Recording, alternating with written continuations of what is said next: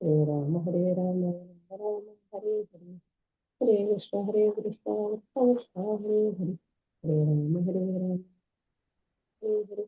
ഹരേ കൃഷ്ണ കൃഷ്ണ കൃഷ്ണ ഹരേ ഹരേ ഹരേ രാമ രാമ ഹരേ ഹരേ ഹരേ കൃഷ്ണ കൃഷ്ണ കൃഷ്ണ ഹരേ ഹരേ ഹരേ രാമ ഹരേ ഹരേ ഹരേ ഹരേ കൃഷ്ണ കൃഷ്ണ കൃഷ്ണ ഹരേ ഹരേ ജ്ഞാനാഞ്ജനശലാകया ചക്ഷുരുന്മീലിതം येन तस्मै श्रीगुरवे नमः श्रीचैतन्यमनोभीष्टं स्थापितं येन भूतले स्वयं रूपा कथा मह्यं ददान्ति सपदान्तिकं वन्देऽहं श्रीगुरो श्रीयुधपदकमलं श्रीगुरुं वैष्णवांश्च श्रीरूपं साग्रजातं सगणरघुनाथान्वितं तं सजीवं साद्वैतं सावधूतं परिजनसहितं श्रीकृष्णचैतन्यदेवं श्रीराधाकृष्णपादान् सगणललिता श्रीविशाखानिधंश्च हे कृष्णा करुणा सिन्धो दीनबन्धो जगत्पते गोपेश गोपिका कान्ता राधा कान्ता नमोऽस्तु ते तप्तकाञ्चन गौराङ्गी राधे वृन्दावनेश्वरी वृषभानुसुते देवी प्रणमामि हरिप्रिये वाञ्छाकल्पतरुभ्यश्च कृपा सिन्धुभ्येव च पतितानां पावनेभ्यो वैष्णवेभ्यो नमो नमः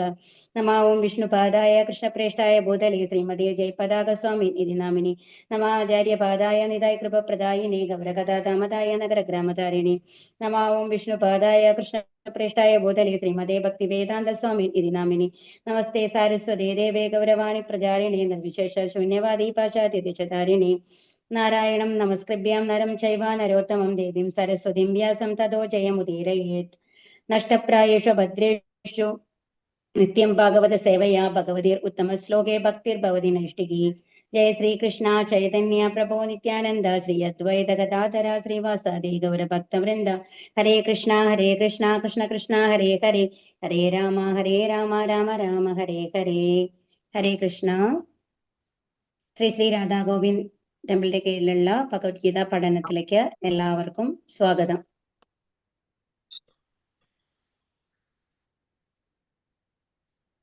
അപ്പൊ ഇവിടെ എന്താ നമ്മൾ പറഞ്ഞുകൊണ്ടിരുന്നത് എന്നുണ്ടെങ്കിൽ നമ്മൾ എന്തിനു വേണ്ടിയിട്ടാണ് നമ്മൾ ശ്രമിച്ചുകൊണ്ടിരിക്കുന്നത് എന്നാണ് പറഞ്ഞുകൊണ്ടിരുന്നത് അല്ലെ. ഭൗതിക ആഗ്രഹങ്ങൾ നമ്മൾക്ക് എല്ലാവർക്കും കൂടുതലാണ്.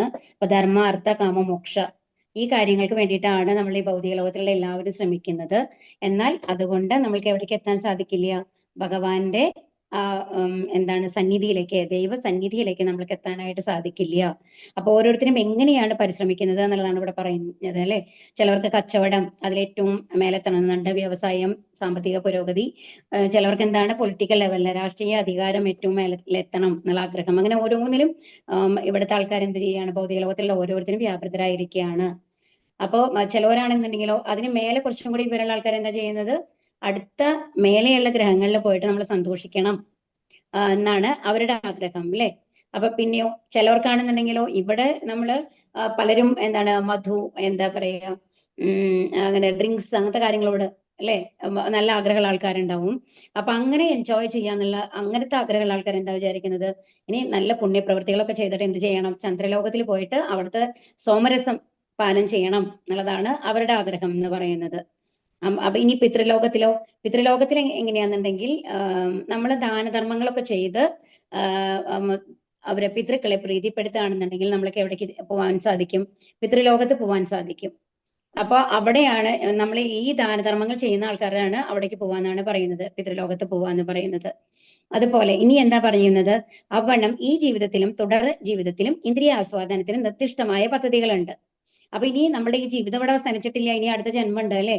അപ്പൊ അതിനും എന്താണ് അങ്ങനെ അതിന് എന്തൊക്കെ നമ്മൾക്ക് ചെയ്യാം എന്നുള്ളതാണ് നമ്മളിവിടെ പ്ലാൻ ചെയ്തുകൊണ്ടിരിക്കുന്നത്. പക്ഷെ അതിനും മേലെ ഇതിൽ നിന്ന് എല്ലാം നമ്മൾക്ക് എങ്ങനെ രക്ഷപ്പെടാം, വീണ്ടും ഈ ജനനത്തിൽ നിന്ന്, മരണത്തിൽ നിന്ന്, വാർദ്ധക്യത്തിൽ നിന്ന്, രോഗത്തിൽ നിന്ന് എങ്ങനെ രക്ഷപ്പെടാം എന്നുള്ളത് നമ്മൾക്ക് ഓർമ്മ വരാറില്ല. ചിലർ യാതൊരുവിധ സത്കർമ്മങ്ങളിലും നിർവഹിക്കാതെ ചന്ദ്രൻ അല്ലെങ്കിൽ മറ്റു ഗ്രഹങ്ങളിൽ ഏതെങ്കിലും വിധത്തിൽ എത്തിച്ചേരാൻ അത്യന്തം ഉത്സുകരാകയാൽ യന്ത്രസഹായത്തോടെ എത്തിച്ചേരാൻ പരിശ്രമിക്കുന്നു. അപ്പൊ നമ്മുടെ ശാസ്ത്രങ്ങൾ എന്താ പറഞ്ഞിട്ടുള്ളത്? ആ നിർദ്ദിഷ്ടമായിട്ടുള്ള ചില യജ്ഞങ്ങൾ ചെയ്യണം, നമ്മളുടെ പ്രവൃത്തികൾ എങ്ങനെ ഉണ്ടാവണം, പുണ്യപ്രവൃത്തികൾ ഉണ്ടാവണം.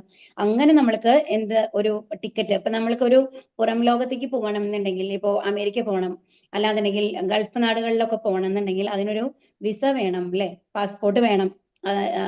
അതിനുശേഷം എന്ത് വേണം? ഒരു വിസ വേണം. അപ്പൊ അതിന് നമ്മളുടെ ആ വിസ നമ്മൾക്ക് അലോട്ട് ചെയ്യണം. ചെയ്യുന്നതിന് മുമ്പ് അവർ വെരിഫൈ ചെയ്യും നമ്മൾ അവിടേക്ക് ചെല്ലാനായിട്ട് യോഗ്യരാണോ എന്നുള്ളത്. അതിനൊക്കെ ഒരു യോഗ്യത വേണം. അപ്പോൾ എന്താണ് അപ്പൊ അതാണ് നമ്മുടെ ശാസ്ത്രങ്ങൾ പറയുന്നത്. ഇപ്പൊ ചന്ദ്രലോകത്തിലേക്കായാലും പിതൃലോകത്തിലേക്കായാലും വെവ്വേറെ യോഗ്യതകളാണ് ഓരോ ഗ്രഹത്തിലേക്കും പോകാൻ ഉള്ളത്. അപ്പൊ ആ യോഗ്യതയുള്ള ആൾക്കാർക്ക് മാത്രമാണ് അവിടെ പ്രവേശനമുള്ളൂ. പക്ഷെ നമ്മൾ എന്താണ് ചെയ്യുന്നത്? യന്ത്ര സഹായം കൊണ്ട് നമ്മൾക്ക് അവിടെ എത്തിച്ചേരണം എന്നുള്ളതാണ് നമ്മൾ ശ്രമിച്ചുകൊണ്ടിരിക്കുന്നത്, അല്ലെ? എന്നാൽ അത് സംഭവ്യമല്ല എന്നുള്ളതാണ് ഇവിടെ പറയുന്നത്.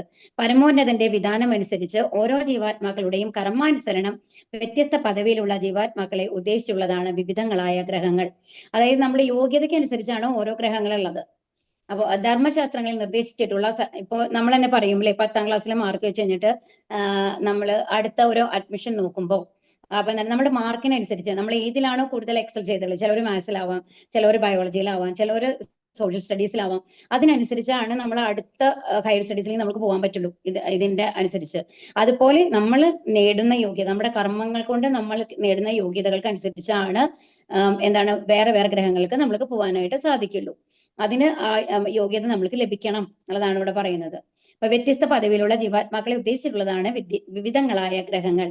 ധർമ്മശാസ്ത്രങ്ങളിൽ നിർദ്ദേശിച്ചിട്ടുള്ള സൽകർമാനുഷ്ഠാനത്തിലൂടെ മാത്രമേ സത്കുടുംബത്തിൽ ജനനം, സമ്പത്ത്, ഉയർന്ന വിദ്യാഭ്യാസം, ആകർഷകമായ രൂപസൗന്ദര്യം എന്നിവ ലഭ്യമാകുന്നുള്ളൂ. അപ്പൊ നമ്മൾക്ക് ഒരുപാട് വിദ്യാഭ്യാസമുള്ള ആൾക്കാരുണ്ട്, നല്ല ബുദ്ധിയുള്ള ആൾക്കാരാണ്. അങ്ങനത്തെ ആൾക്കാരെ കാണുമ്പോൾ നമ്മൾക്ക് അസൂയ തോന്നിയിട്ട് കാര്യമില്ല. നമ്മൾ എന്തുകൊണ്ട് അങ്ങനെ സാധിക്കുന്നില്ല എന്നുള്ളത്, കാരണം നമ്മുടെ പൂർവ്വജന്മങ്ങളുടെ കർമ്മങ്ങളാണ് നമ്മളെ ഈ ലെവലിൽ കൊണ്ടുവന്ന് എത്തിച്ചിട്ടുള്ളത് എന്ന് മനസ്സിലാക്കണം. അപ്പൊ ഭഗവാൻ പൂർണ്ണനാണ്. അപ്പൊ ആ പൂർണ്ണനായിട്ടുള്ള ഭഗവാന്റെ അംശങ്ങളാണ് നമ്മളെ ഓരോരുത്തരും. അപ്പൊ ആ അംശങ്ങളിൽ നമ്മളിൽ ഏതാണോ നമ്മൾക്ക് കൂടുതൽ നിൽക്കുന്നത് എന്നുള്ളത് നമ്മുടെ പ്രവൃത്തികൾക്ക് അനുസരിച്ചാണ് നമ്മൾക്ക് വരുന്നത്. ഭഗവാന് പാർഷ്യാലിറ്റി ഇല്ല. ഭഗവാൻ എല്ലാവരിലും എല്ലാ അംശങ്ങളും ഒരേ രീതിയിലാണ് ഡിസ്ട്രിബ്യൂട്ട് ചെയ്തിട്ടുണ്ടാവുക. പക്ഷേ നമ്മുടെ കർമ്മങ്ങൾക്കനുസരിച്ച് അതിന് ഏറ്റക്കുറച്ചിലുകൾ വരുന്നു. നമ്മുടെ നമ്മൾ ഏത് പ്രകൃതി ഗുണങ്ങളിലാണ് ഉള്ളത് എന്നുള്ളതിനും മാറ്റങ്ങൾ വരുന്നു എന്നുള്ളതാണ് ശരിക്കും സംഭവിക്കുന്നത്. അപ്പോ ഇനി ഈ ജന്മത്തിൽ തന്നെ ഒരാൾക്ക് നല്ല വിദ്യാഭ്യാസവും ധനവും സൽക്കർമ്മത്താൽ ലഭ്യമാകുന്നത് നമ്മൾ കാണുന്നു. അപ്പൊ അതാണ്, നല്ല സൽക്കർമ്മങ്ങൾ ചെയ്തു കഴിഞ്ഞു കഴിഞ്ഞാൽ, നമ്മൾ പുണ്യങ്ങൾ സമ്പാദിച്ചു കഴിഞ്ഞാൽ എന്തുണ്ടാവും? നമ്മൾക്ക് നല്ല വിദ്യാഭ്യാസം ലഭിക്കും, ധനം ലഭിക്കും, സൽക്കർമ്മങ്ങൾ, ഭഗവാൻ അതിനുള്ള അനുഗ്രഹം നമ്മൾക്ക് തരും. അതേപോലെ അടുത്ത ജന്മത്തിൽ അത്തരം അഭികാമ്യമായ പദവികൾ സൽക്കർമ്മത്താൽ മാത്രമേ പ്രാപ്തമാവുകയുള്ളൂ. അല്ലാത്ത പക്ഷം ഒരേയിടത്ത് ഒരേ സമയം ജനിച്ച രണ്ടുപേർ പൂർവ്വ കർമാനുസൃതമായി വ്യത്യസ്തമായ സാമുദായിക പദവിയിൽ അവസ്ഥിതമാകുകയില്ല. അപ്പൊ അതാണ്, ഒരേ സമയത്ത് ജനിച്ച രണ്ടാൾക്കാർ, എത്രയോ കുട്ടികൾ ഒരേ സമയത്ത് ജനിക്കുന്നുണ്ടാവും അല്ലെ? എന്നാൽ അവരെ ഒന്നും ഫേറ്റ്, ഇപ്പൊ നമ്മൾ പറഞ്ഞു ജാതകത്തിനനുസരിച്ചാണ് നമ്മുടെ ലൈഫ് എന്നൊക്കെ നമ്മൾ പറയാറുണ്ട്. പക്ഷെ ഒരേ സമയത്ത് ജനിച്ച എത്രയോ കുട്ടികളുണ്ട്. പക്ഷെ ആ കുട്ടികളൊന്നും ഒരേ മാതിരിയല്ലല്ലോ വരുന്നത്. അവരുടെ വിദ്യാഭ്യാസം വേറെയാണ്, അവർ ജനിച്ച് വളരുന്ന സാഹചര്യങ്ങൾ വേറെയാണ്, അവർക്ക് ലഭിക്കുന്ന സൗകര്യങ്ങൾ വേറെയാണ്. അത് എന്തുകൊണ്ടാണ്? അതെല്ലാം തീരുമാനിക്കുന്നത് എന്താണ്? നമ്മുടെ പൂർവ്വകർമ്മങ്ങളിലുള്ള നമ്മളുടെ കർമ്മങ്ങളാണ്, നമ്മളുടെ പ്രവൃത്തികളാണ്. എന്നാൽ ഇത്തരം എല്ലാ ഭൗതിക പദവികളും താൽക്കാലികങ്ങളാണ്. സ്വകർമാനുസരണം ലഭിക്കുന്ന അത്യുന്നതമായ ബ്രഹ്മലോകവും അത്യന്തം നിമ്നമായ പാതാള ലോകവും എല്ലാം സ്ഥിരതയില്ലാത്തവയാണ്. എന്നാൽ ഇതിൽ നിന്ന് എന്താ നമ്മൾക്ക് വ്യത്യസ്തമായിട്ടുള്ളത്? ഇപ്പൊ നമ്മൾക്ക് നമ്മുടെ കർമ്മങ്ങൾ ഉണ്ടായിരുന്നു, നമ്മൾ ചെയ്തിട്ടുണ്ട്, അതൊന്നും നമുക്ക് തിരിച്ചെടുക്കാനായിട്ട് സാധിക്കില്ല അല്ലെ? പക്ഷെ ഒരു കാര്യം ഭഗവാൻ അഷ്വർ ചെയ്യുന്നത് എന്താണ്? ഇതൊന്നും ശാശ്വതമല്ല. നമ്മുടെ കർമ്മങ്ങൾ കൊണ്ട് നമ്മൾക്ക് ലഭിച്ച ഈ ശരീരവും നമ്മൾ ശാശ്വതമല്ല, നമ്മുടെ ഈ നമ്മൾ അനുഭവിക്കുന്ന കഷ്ടപ്പാടുകളും ശാശ്വതമല്ല. ഇതിനൊക്കെ ഒരു അവസാനമുണ്ട്. അപ്പൊ ഭഗവാൻ നമ്മൾക്ക് അനുഗ്രഹം, ഈ മനുഷ്യജന്മത്തിൽ നിന്നുള്ള അനുഗ്രഹം എന്താണ്? നമ്മൾ നല്ല പ്രവൃത്തികൾ ചെയ്തുകൊണ്ട്, ഭക്തിയുത സേവനങ്ങൾ ചെയ്തുകൊണ്ട് ഭഗവത് ധാമത്തിലേക്കേ നമുക്ക് തിരിച്ചു പോകാനുള്ള അനുഗ്രഹം നമ്മൾക്ക് ഭഗവാൻ തരുന്നുണ്ട്. അപ്പൊ ഭഗവാൻ എന്ത് ചെയ്യുന്നു? നമ്മുടെ മുൻ പ്രവൃത്തികളെ, നമ്മുടെ പാപഫലങ്ങളായാലും എല്ലാം ഭഗവാൻ തന്നെ നീക്കം ചെയ്ത് തരും എന്നുള്ളതാണ്. ദാർശനിക മനച്ചായ്വുള്ള വ്യക്തികൾ ഇത്തരം അസ്ഥിര പദവികളാൽ പ്രലോഭിതരാകരുത്. ദുരിതപൂർണങ്ങളായ ഭൗതിക ലോകങ്ങളിൽ ഏതോ ഒരു ഗ്രഹത്തിലേക്ക് വീണ്ടും തിരിച്ചു വരാൻ നിർബന്ധിക്കപ്പെടാത്ത പരമാനന്ദവും ജ്ഞാനപൂർണവുമായ അനശ്വര ജീവിതം പ്രാപ്തമാക്കാൻ പരിശ്രമിക്കണം. അപ്പൊ എന്താണ്, നമ്മൾക്ക് ഇനി വേണ്ടാലേ? നമ്മൾക്ക് മരണം വേണം, മരണത്തിന് എല്ലാവർക്കും പേടിയില്ലേ? ആ വേദന നമ്മൾ സഹിക്കണം. എത്രയോ തേളുകൾ കുത്തുന്ന വേദനയാണെന്നാണ് പറയുന്നത്. അപ്പൊ അതൊക്കെ നമ്മൾ സഹിക്കണം. പിന്നെ എത്ര സുഖം വന്നു കഴിഞ്ഞാൽ അതിന് പിന്നാലെ ഒരു ദുഃഖം നമ്മൾക്ക് വരുന്നുണ്ട് അല്ലെ? അപ്പൊ ഇതൊക്കെ സഹിക്കാതെ നമ്മൾക്ക് എന്ത് വേണം? പരമാനന്ദമുള്ള സച്ചിദാനന്ദ സ്വരൂപനായിട്ടുള്ള ഭഗവാന്റെ അടുത്തേക്ക് പോകുന്നതായിരിക്കണം. അതിനു വേണ്ടിയിട്ടായിരിക്കണം നമ്മുടെ ശ്രമം. ഭൗതിക ജീവിതത്തിന്റെ ഇരു സവിശേഷതകളാണ് ക്ലേശവും കലർപ്പുമുള്ള സന്തോഷവും. അപ്പൊ എന്താണ്? അപ്പൊ നമ്മൾക്ക് ക്ലേശമുണ്ട്, അതിന്റെ ഒപ്പം കുറച്ച് സന്തോഷം കിട്ടും. അത് നമ്മൾ പറയുന്നുണ്ട് അല്ലെ? എന്താണ്? ആ തേൻകൂടിന്ന് ഓരോ ഡ്രോപ്പ് ആയിട്ട് വരുന്ന തേൻതുള്ളിക്ക് വേണ്ടിയിട്ടാണ് നമ്മൾ ശ്രമിച്ചുകൊണ്ടിരിക്കുന്നത്. ഭഗവാൻ കൈ നീട്ടിയിട്ട് പോലും നമ്മൾ പോകാതെ എന്നാണ് പറയുക ശരിക്കും. അത് വളരെ ചെറിയൊരു ഡ്രോപ്പാണ്, പക്ഷെ അത് കഴിഞ്ഞാൽ ഇത് കഴിഞ്ഞു. പക്ഷെ നമ്മൾ എന്താ വിചാരിക്കുന്നത്? അതാണ് എല്ലാം എന്ന് നമ്മൾ വിചാരിക്കുകയാണ് ചെയ്യുന്നത്. ഭൗതിക ജീവിതം ഇവ ബ്രഹ്മലോകത്തിലും മറ്റു ലോകങ്ങളിലേക്കും ലഭ്യമാകുന്നു. അപ്പൊ ഇതിനേക്കാളും കുറച്ചും കൂടി സന്തോഷം നമ്മൾക്ക് എവിടെ കിട്ടും? ബ്രഹ്മലോകത്തിലൊക്കെ പോയാൽ കിട്ടും, പിതൃലോകത്തിലൊക്കെ പോയാൽ കിട്ടും. ദേവന്മാരുടെ ജീവിതത്തിലും നായകളുടെയും പന്നികളുടെയും ജീവിതത്തിലും അവ ലഭ്യമാണ്. അപ്പൊ നമ്മള് ഉദ്ദേശിക്കുന്ന ആ ഇതുണ്ടല്ലോ ഭൗതിക ആഗ്രഹങ്ങളുടെ പൂർത്തീകരണം എന്ന് പറയുന്നത് മൃഗങ്ങളും അത് തന്നെയാണ് ചെയ്യുന്നത്. ദേവന്മാരുടെ ലോകത്ത് പോയാലും നമ്മൾ അനുഭവിക്കാൻ പോകുന്നത് അത് തന്നെയാണ്. അപ്പൊ അതിന് വ്യത്യസ്തമായിട്ടുള്ള ഒരു ഇതല്ലേ നമ്മൾക്ക് വേണ്ടത്. സർവ്വ ജീവാത്മാക്കളുടെയും ക്ലേശങ്ങളും മിശ്രിത ആനന്ദവും വ്യത്യസ്ത തോതിലും ഗുണത്തിലുമുള്ളവ മാത്രമാകുന്നു. എന്നാൽ ആരും തന്നെ ജനനം, മരണം, വാർദ്ധക്യം, രോഗം എന്നിവയുടെ ക്ലേശങ്ങളിൽ നിന്നും വിമുക്തരല്ല. ബ്രഹ്മാവ് പോലും മരണത്തിന് അതീതനല്ല അല്ലെ? ബ്രഹ്മാവിനും മരണമുണ്ട്. അപ്പൊ ബ്രഹ്മാവും മരിക്കുന്ന സമയത്താണ് നമ്മളുടെ ഈ ലോകം അവസാനിക്കുന്നതെന്ന് നമ്മൾക്കറിയാം. അപ്പോഴാണ് എന്ത് പറയുന്നത്, ആ പ്രളയം വന്നു കഴിഞ്ഞിട്ട് പൂർണ്ണമായിട്ട് ബ്രഹ്മലോകം അടക്കമുള്ള എല്ലാതും എന്താണ് ഭഗവാന്റെ ഉദരത്തിലേക്ക് തിരിച്ചു പോകുന്ന ഒരു അവസ്ഥയാണത്. അത് കഴിഞ്ഞിട്ട് ഭഗവാൻ അടുത്ത തവണ ഉച്ഛസിക്കുമ്പോഴാണ് അടുത്ത ക്രിയേഷൻ നടക്കുന്നത്. അപ്പോഴാണ് അടുത്ത ബ്രഹ്മാവ് വരുന്നത്. അപ്പൊ ആ ഒരു അവസ്ഥയിൽ നിന്ന് ആർക്കും മോചനമില്ല. ബ്രഹ്മാവിൽ നിന്ന് പാതാള ലോകത്തിലുള്ള വരെയുള്ള ഏത് ആൾക്കാരാണെങ്കിലും, അതുപോലെ ഈ 84 ലക്ഷം ജീവിവർഗങ്ങൾ ഉണ്ട് എന്ന് പറയുന്നുണ്ട് അല്ലെ നമ്മുടെ ഈ ഭൗതിക ലോകത്തില്. അതിൽ ഒരുത്തർക്ക് പോലും ഇതിൽ നിന്ന് മോചനമില്ല എന്നാണ് പറയുന്നത്. അതേപോലെ ഏവർക്കും അവരുടേതായ വിധിവിഹിതമായ ആനന്ദവുമുണ്ട്. അതുപോലെ തന്നെ നമ്മൾ ചെയ്ത പുണ്യങ്ങളൊക്കെ ഉണ്ടാവും അല്ലെ? അപ്പൊ അതിനനുസരിച്ചുള്ള ആനന്ദവും നമ്മൾക്ക് ലഭിക്കുന്നുണ്ട്. സ്വകീയ ഉദ്യമങ്ങളാൽ ആർക്കും തന്നെ ഇക്കാര്യങ്ങളിൽ ഒട്ടും അധികമായോ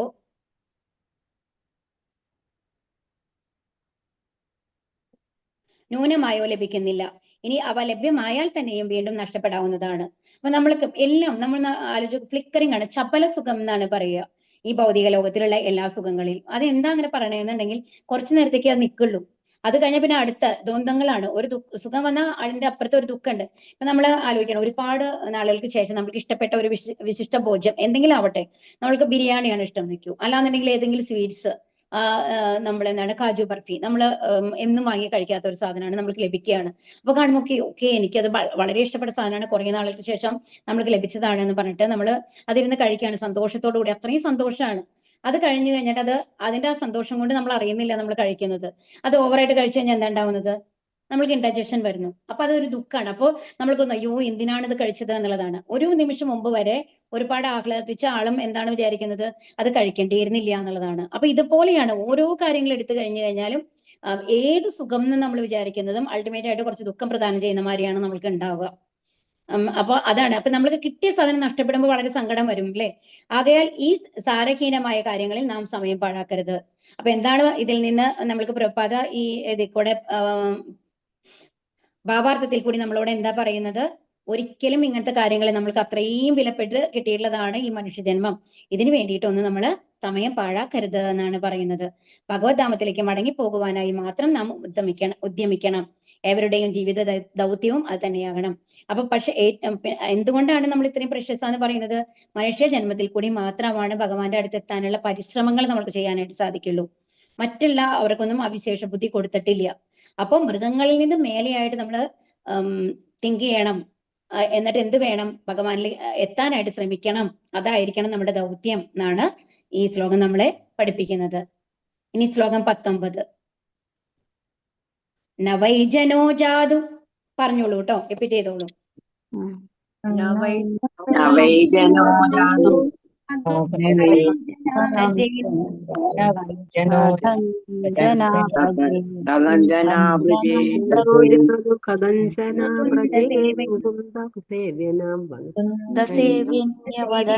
സംസ്കൃതി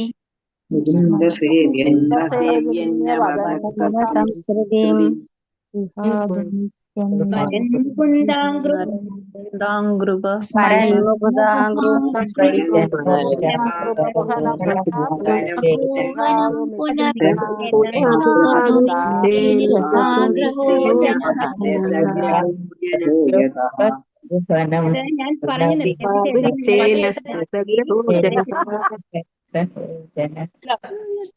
അത് ഞാൻ നിർത്തിയതിന് ശേഷം നിങ്ങൾ ഒരുമിച്ച് റിപ്പീറ്റ് ചെയ്യുകയാണെങ്കിൽ അത് കുറച്ചും കൂടി നന്നായിരിക്കും, എല്ലാവർക്കും മനസ്സിലാവുകയും ചെയ്യും കേട്ടോ. അടുത്ത ശ്ലോകം തൊട്ട്. ഹരേ കൃഷ്ണ.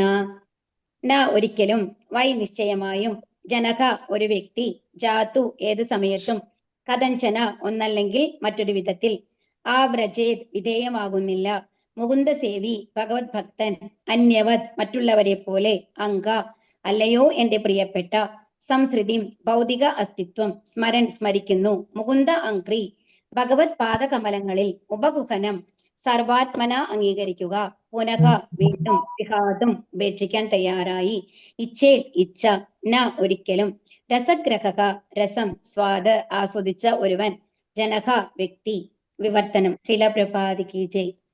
എന്റെ പ്രിയ വ്യാസ, ഒരു കൃഷ്ണഭക്തൻ ഏതെങ്കിലും വിധത്തിൽ അധപ്പതിക്കാൻ ഇടയായാലും കർമ്മികളെ പോലുള്ളവർക്ക് സമാനമായ ഭൗതിക അസ്തിത്വത്തെ അദ്ദേഹം നിശ്ചയമായും അനുഭവിക്കുകയില്ല. എന്തെന്നാൽ ഭഗവാന്റെ പാതാരവിന്ദസ്തുതയുടെ രുചി ഒരിക്കലെങ്കിലും അനുഭവിച്ചെറിഞ്ഞ ഒരാൾക്ക് ആ പരമാനന്ദ നിർവൃതിയെ വീണ്ടും വീണ്ടും സ്മരിക്കുകയല്ലാതെ മറ്റൊന്നും ചെയ്യാനാകില്ല. അപ്പൊ ഇവിടെ എന്താ പറയുന്നത്? വീണ്ടും നാരദനാണ് പറയുന്നത് അല്ലെ, വ്യാസ മഹർഷിയുടെ. അപ്പൊ ഇതിന് മുമ്പത്തെ ശ്ലോകം അതിലെന്താ നമ്മൾ പറഞ്ഞത്? 17ാമത്തെ ശ്ലോകത്തിൽ എന്താ പറഞ്ഞു? നമ്മൾ ഏതെങ്കിലും തരത്തില് നമ്മൾ ഭക്തിയുടെ സേവനം ചെയ്ത ആൾക്കാരാണെങ്കിൽ ഏതെങ്കിലും തരത്തില് അവര് എന്താണ് സംസർഗം മൂലം അവര് അധപ്പതിച്ചാലും ഭഗവാൻ രണ്ടാമതൊരു ചാൻസ് തരും എന്ന് പറഞ്ഞു. നമ്മൾ ഒരുപാട് പേരെ കഥകൾ കണ്ടു അല്ലെ. ജൂനിയർ ഹരിദാസിന്റെ കഥ പറഞ്ഞു, ജഡഭരതന്റെ കഥ പറഞ്ഞു അല്ലെ, ചിത്രകേതുവിന്റെ കഥ പറഞ്ഞു. അപ്പൊ അവർക്കൊക്കെ ഭഗവാൻ രണ്ടാമതൊരു ചാൻസ് കൊടുത്തിരുന്നു അല്ലെ. അപ്പൊ ഇവിടെ എന്താ പറയുന്നത് എന്നുണ്ടെങ്കിൽ, ഇനിയിപ്പോ ഒരു കൃഷ്ണഭക്ത ഒരു തവണ നമ്മൾ ഭഗവാൻ ഇഷ്ടപ്പെട്ട് ഭഗവാന്റെ സേവനങ്ങൾ ചെയ്യാൻ തുടങ്ങി, ഭഗവാനെ ആരാധിക്കാൻ തുടങ്ങി, ഒരു ഭക്തനായി മാറിക്കഴിഞ്ഞാല് അത് കഴിഞ്ഞിട്ട് ഏതെങ്കിലും കാരണം കൊണ്ട് അവർ അധപ്പതിക്കാൻ ഇടയായി എന്ന് വെച്ചോളൂ. അങ്ങനെയാണെങ്കിലും എന്താണ്, അപ്പൊ നമ്മളൊക്കെ കർമ്മികളാണ് ശരിക്കും പറഞ്ഞാൽ. കാരണം എന്താണ്, നമ്മൾ എല്ലാ പ്രവൃത്തികളിലും ഒരു റിസൾട്ട് പ്രതീക്ഷിക്കുന്നുണ്ട് അല്ലെ. നമ്മൾ എന്തെങ്കിലും കാര്യം ചെയ്യുമ്പോൾ, എന്ത് കാര്യം ചെയ്യുകയാണെങ്കിലും, ഒരാൾ പോയി ജോലി ചെയ്യുകയാണെന്നുണ്ടെങ്കിൽ എന്താ പ്രതീക്ഷിക്കുന്നത്? മാസം അവസാനം ഒരു ശമ്പളം കിട്ടണം, അതുകൊണ്ട് ഞാൻ ഇന്ന കാര്യങ്ങൾ ചെയ്യണം, എന്റെ വീട്ടിൽ ഇന്ന സാധനങ്ങൾ വാങ്ങണം, അങ്ങനെ ഒരുപാട് പ്ലാൻ ഉണ്ടാവും അല്ലെ. അപ്പൊ അങ്ങനെ ചെയ്യുന്നുണ്ട്. അപ്പൊ ഓരോന്നിനും നമ്മളൊരു പ്ലാനിങ് ഉണ്ട്, തിരിച്ച് നമ്മൾ പ്രതീക്ഷിക്കുന്നുണ്ട് എന്തെങ്കിലും. അതാണ് കർമ്മി എന്ന് പറയുന്നത്. അപ്പൊ നമ്മൾക്ക് വേണ്ടിയിട്ട്, നമ്മുടെ സുഖങ്ങൾക്ക് വേണ്ടിയിട്ടാണ് ചെയ്യുന്നത്. അപ്പൊ സമാനമായ ഭൗതിക അസ്തിത്വത്തെ അദ്ദേഹം നിശ്ചയമായും അനുഭവിക്കുകയില്ല.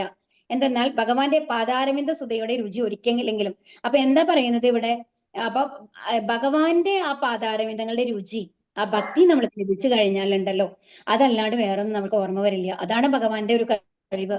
ഭഗവാനെ പറ്റിയിട്ട് നമ്മൾ ഒരു തവണ ഹരേകൃഷ്ണ മന്ത്രം ജപിച്ചു, നമ്മൾ ഭഗവാനോട് ഭക്തി ചെയ്യാൻ തുടങ്ങി, ഭഗവാന് എന്താണ് പത്രം പുഷ്പം ഫലം തോയം അങ്ങനത്തെ എന്തെങ്കിലും നമ്മൾ സമർപ്പിക്കാൻ തുടങ്ങി, അങ്ങനെയൊക്കെ ചെയ്യാൻ നമ്മൾ പ്രാക്ടീസ് ചെയ്ത് കഴിഞ്ഞാണ്ടല്ലോ ഭഗവാന്റെ ട്രാപ്പിൽ പെട്ട മാതിരിയാണ്. ഒരു എലി വന്നു കഴിഞ്ഞാൽ ഒരിക്കലും അതിൽ നിന്ന് രക്ഷപ്പെടാനായിട്ട് സാധിക്കില്ല അല്ലെ.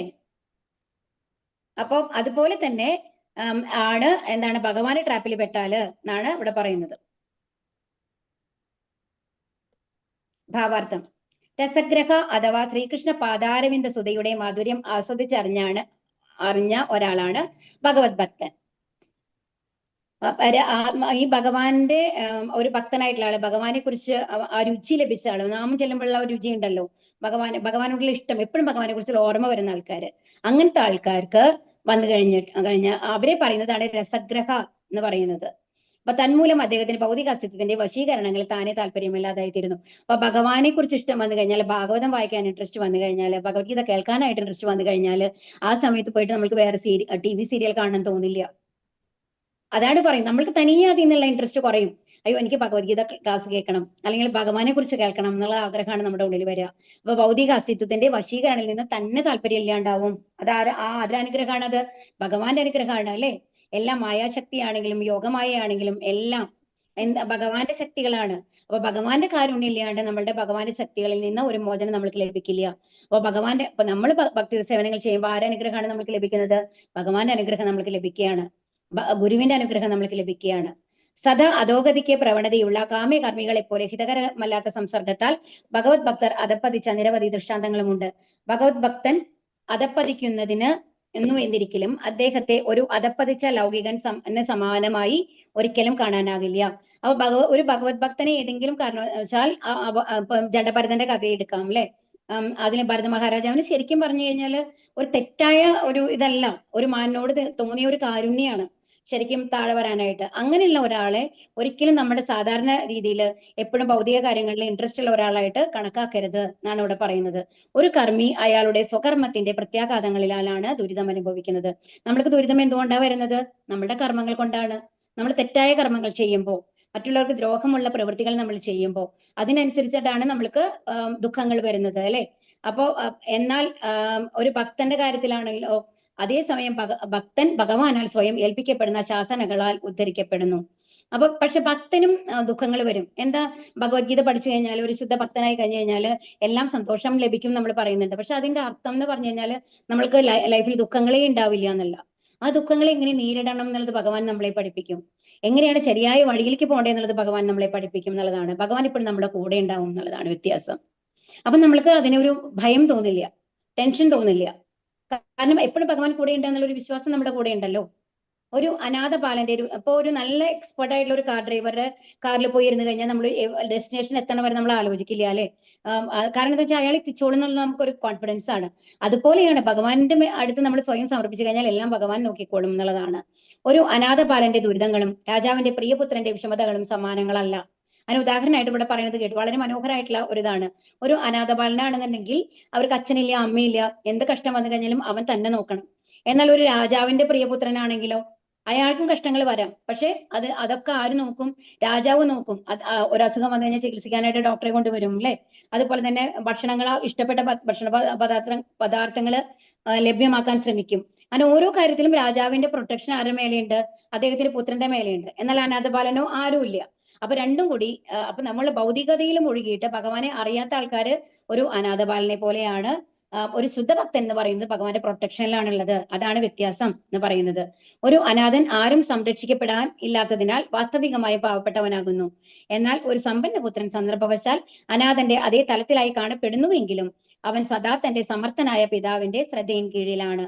ഒരു ഭഗവത് ഭക്തൻ ദുഷിച്ച സംസർഗം നിമിത്തം ചിലപ്പോഴൊക്കെ കാമ്യകർമ്മികളെ അനുകരിക്കുന്നു. ഫലോദിഷ്ട കർമ്മികൾ ഭൗതിക ലോകത്തെ അടക്കി ഭരിക്കാൻ ആഗ്രഹിക്കുന്നു.